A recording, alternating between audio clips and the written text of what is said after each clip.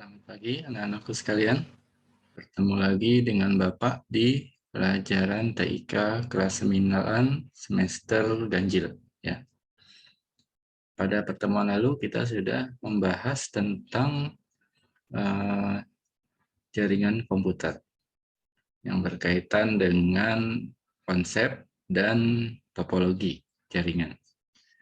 Nah, untuk melanjutkan materi jaringan, pada pertemuan kali ini Bapak akan menjelaskan tentang berbagai peralatan jaringan.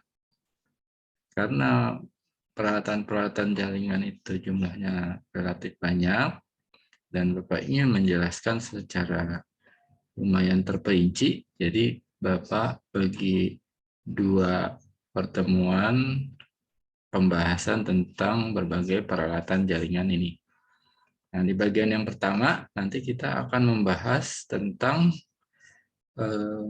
peralatan jaringan yang sifatnya mendasar, dalam arti yang benar-benar berkaitan langsung terhadap kebutuhan sebuah komputer untuk terhubung ke jaringan.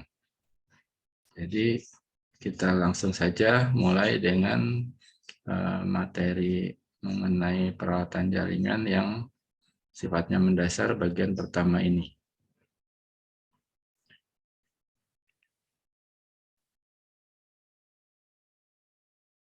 Nah, peralatan jaringan komputer itu ada banyak karena kita mengenal dua konsep jaringan, yaitu yang terhubung dengan kabel dan yang jaringan yang terhubung tanpa kabel.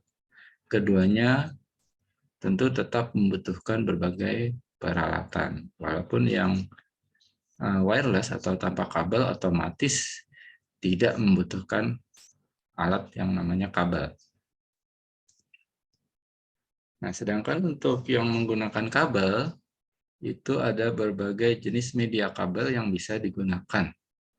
Yang pertama mungkin kita dimulai dengan yang disebut dengan kabel RS232 atau kabel serial, ya. Nah, ini kabel ini terdiri dari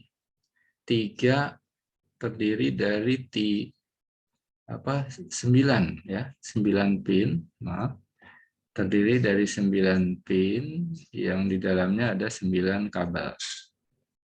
Tapi penggunaan peralatan kabel serial ini sudah jarang digunakan karena teknologinya relatif sudah primitif dan kecepatan yang bisa digunakan juga tidak terlalu besar. Nanti kita tetap akan bahas, ya. Nah, kemudian yang kabel tembaga yang kedua itu adalah peralatan menggunakan kabel koaksial, ya.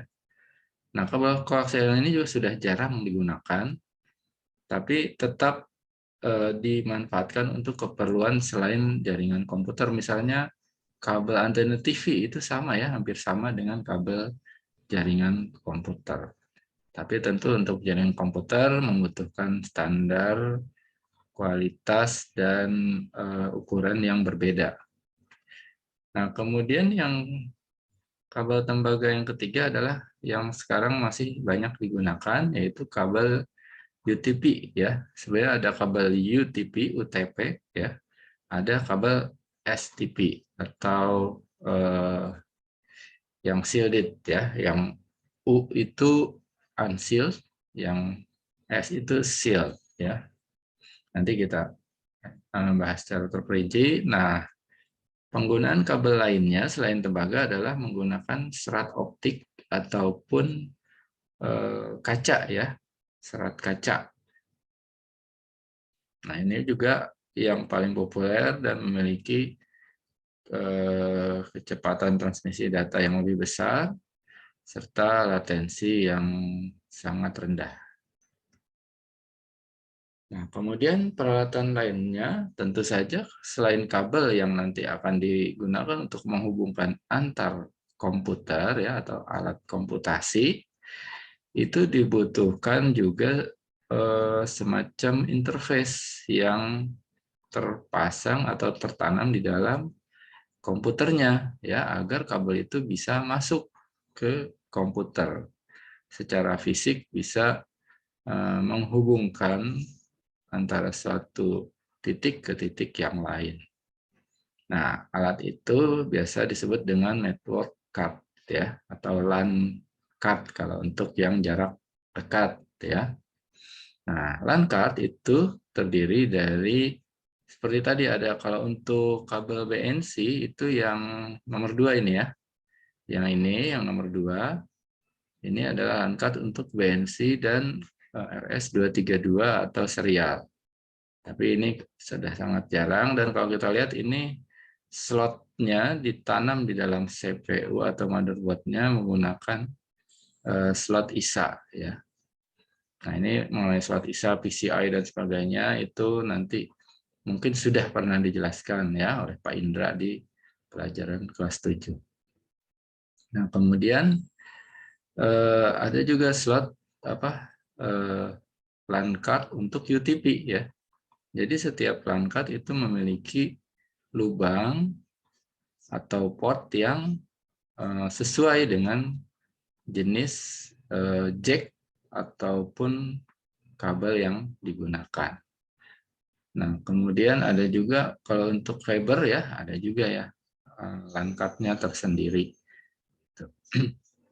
Nah, cuma mungkin kalau fiber istilahnya bukan LAN card ya, network card ya, seperti ini sudah benar karena LAN itu kan terminologi untuk jaringan yang jarak dekat. Sedangkan fiber itu biasa menghubungkan jaringan dalam jarak yang sangat jauh, bahkan bisa kiloan meter ya, bisa puluhan kilo bahkan ribuan kilometer gitu, tanpa kehilangan data yang ditransmisikannya atau berkurang. Nah, kemudian ada lagi network card juga untuk wireless ya. Jadi kalau wireless tidak perlu portnya nanti. Kalau wireless itu nanti terhubungnya ke alat yang mengirim dan menerima sinyal secara radio ya, radiografi. Itu biasanya kayak namanya hotspot ya, ataupun wireless router. Nah, kemudian selain apa tadi? Selain kabel, terus network card. Nah, yang dibutuhkan juga mungkin adalah peralatan yang disebut dengan switch ya atau hub kalau dulu. Switch ini adalah yang menghubungkan secara topologi star ya kalau fisik itu ke semua komputer dalam jaringan lokal. Jadi misalnya seperti ini switch untuk jenis UTP, kabel UTP ya. Ini ada sekitar 16 lubang atau 16 port. Itu berarti bisa dihubungkan ke 16 komputer. Jadi kalau semuanya digunakan ada 16 komputer atau 16 titik yang bisa saling berkomunikasi secara lokal. Gitu. Nah, ini adalah pusatnya ya atau disebut dengan sentral. Nah, kalau hub itu mungkin cara kerjanya, fungsinya sama, hampir sama dengan switch, tapi cara kerjanya beda dan sudah jarang digunakan karena semakin banyak komputer yang terhubung ke sentral menggunakan hub, kecepatan datanya akan semakin rendah. Sedangkan switch itu tidak. Jadi kalau misalnya dari satu komputer A ke B itu 100, dari A ke C pun tetap 100 Mbps, megabyte per second gitu. Kalau hub itu kalau ada 3 maka kecepatannya akan turun 50%. Seperti itu. Nah, selain tadi kabel, terus network card, terus switch hub ya. Yang lain yang diperlukan, peralatan jaringan lain yang diperlukan untuk membangun sebuah jaringan dengan asumsi komputernya sudah ada, itu adalah yang disebut dengan konektor ya, atau jack ya, atau semacam ujung ya, ujungnya. Jadi kalau di dalam switch dan di dalam LAN card ya, di dalam network card itu ada portnya. Port itu semacam lubang untuk dipasangkan ke kabel, ya, dengan konektor. Maka di kabel itu dipasang port, ya, portnya, dipasang konektornya, ya, konektor. Nah, sedangkan di bagian ujung kabel itu kita pasang jack-nya, ya, pasang jack. Nah, jack itu kalau untuk jaringan menggunakan jenis kabel jenis kabel RS. Nah, ini yang bagian pertama, ya, ini. Nah, ini RS, jenisnya ini yang female, ini yang male, ini yang female, gitu. Ada 9 kabel yang dihubungkan dengan susunan yang sudah diatur. Kalau kalian ingin tahu, mungkin kalian bisa googling sendiri, ya. Nah, kemudian kalau untuk yang serial, ya, yang menggunakan RS232 ini, misalnya seperti jenis topologi ring, ya, ataupun topologi mesh. Jadi bisa dihubungkan secara langsung dari komputer ke komputer tanpa sentral. Jadi dari A ke B, lalu dari A ke C. Jadi di dalam serial itu bisa keluar 2 buah kabel, ya, karena ini sifat koneksinya serial.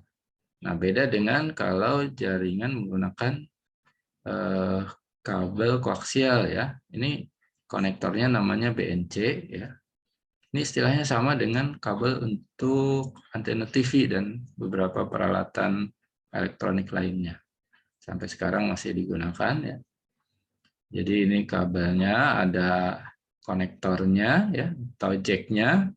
Terus nanti ada, kalau misalnya lebih dari 2, ya, komputer yang dihubungkan, kita perlu konektor T-nya, ya, T-konektor. Nah, T-konektor ini misalnya untuk menghubungkan dari A ke B, nah dari B ke C-nya itu bisa disambungkan lagi dari kabel yang dari port yang keduanya, ya, yang di sebelah kiri dan kanan. Nah, sedangkan kalau jenis konektor yang untuk kabel UTP, ya, seperti ini, ya. Nah, ini menggunakan RJ45 namanya, ya. Sebenarnya ada juga RJ11 yang seperti kabel telepon, itu juga bisa terhubungkan ke jaringan telepon, itu juga termasuk ke dalam jenis peralatan jaringan sebenarnya, ya.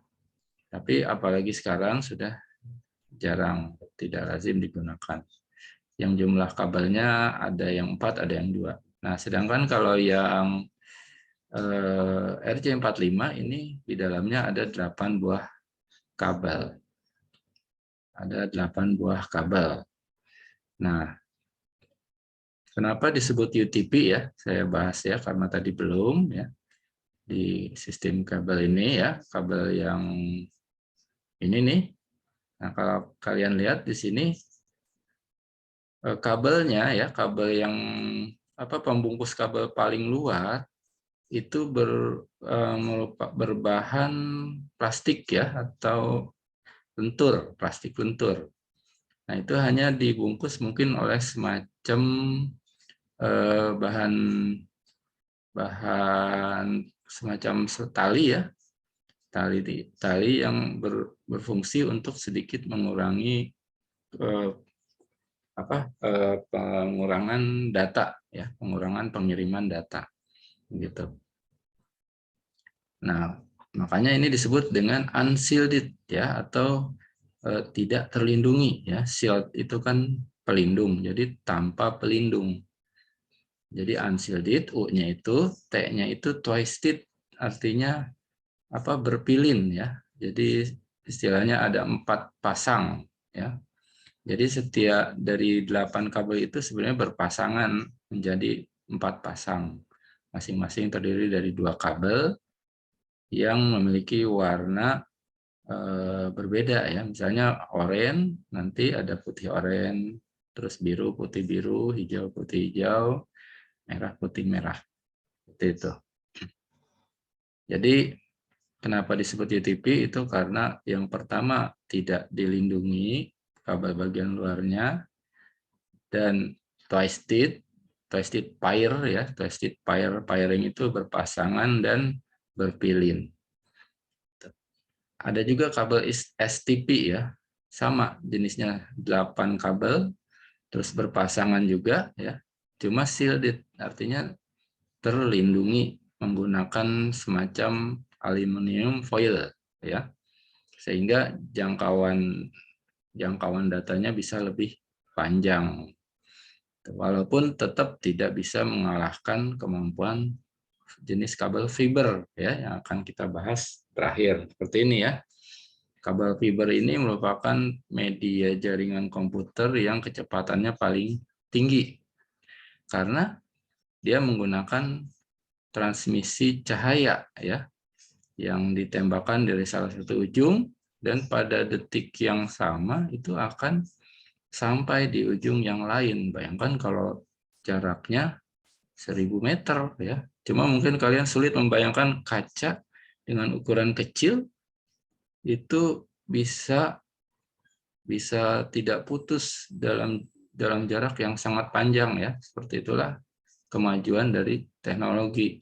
Lalu gimana kalau bercabang? Nah, itu ada alatnya ya. Ada alatnya semacam patch panel gitu yang akan bisa mengirimkan data dari satu titik ke titik yang lain. Nah, sinyal cahaya inilah yang dirubah menjadi sinyal digital. Seperti itu. Jadi selain kecepatan tinggi, latensinya juga rendah ya, bisa dikatakan 0 ya.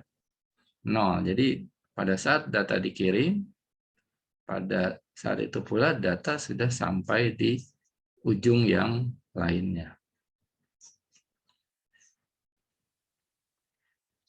Nah, kemudian untuk kabel fiber optik itu memang tidak ada sentral ya, karena dia menghubungkan jarak jauh gitu, menghubungkan sambungan dalam jarak yang jauh. Tapi ada juga alat yang berapa konektor gitu, seperti switch ya, seperti switch juga, cuma dengan protokol dan aturan pengiriman data yang berbeda. Jadi teknologi ini mungkin untuk di tingkat SMP dan SMK juga belum benar-benar diajarkan ya, tapi sudah semakin populer dan semakin murah. Ya, mungkin bukan mustahil ya kalau suatu saat dari SMP PGRI itu bisa langsung disambungkan menggunakan fiber optik ke sekolah-sekolah PGRI yang lain misalnya ya, ke SMK PGRI 1, PGRI 2, SMP PGRI Kalimulya ya, sehingga kita punya jaringan besar yang privat ya. Jadi semacam schoolnet seperti itu.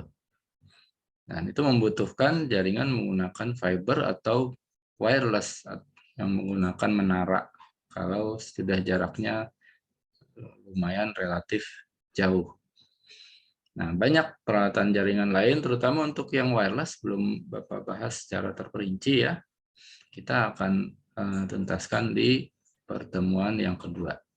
Untuk pertemuan kali ini, Bapak anggap cukup ya, seperti itu. Mohon diamati dan dicermati baik-baik, dipelajari. Nanti ada latihan atau penilaian harian tentang pemahaman kalian tentang berbagai peralatan jaringan ini. Ya, sampai bertemu di pertemuan berikutnya, di pertemuan semester kedua ya, udah masukin materi semester kedua berikutnya. Jadi jangan lupa tugas-tugas, termasuk ujian yang kemarin Bapak lihat belum banyak yang mengerjakan, tolong diselesaikan. Tapi untuk pertemuan kali ini Bapak tutup dengan mengucapkan wabillahi taufiq wal hidayah. Wassalamualaikum warahmatullahi wabarakatuh.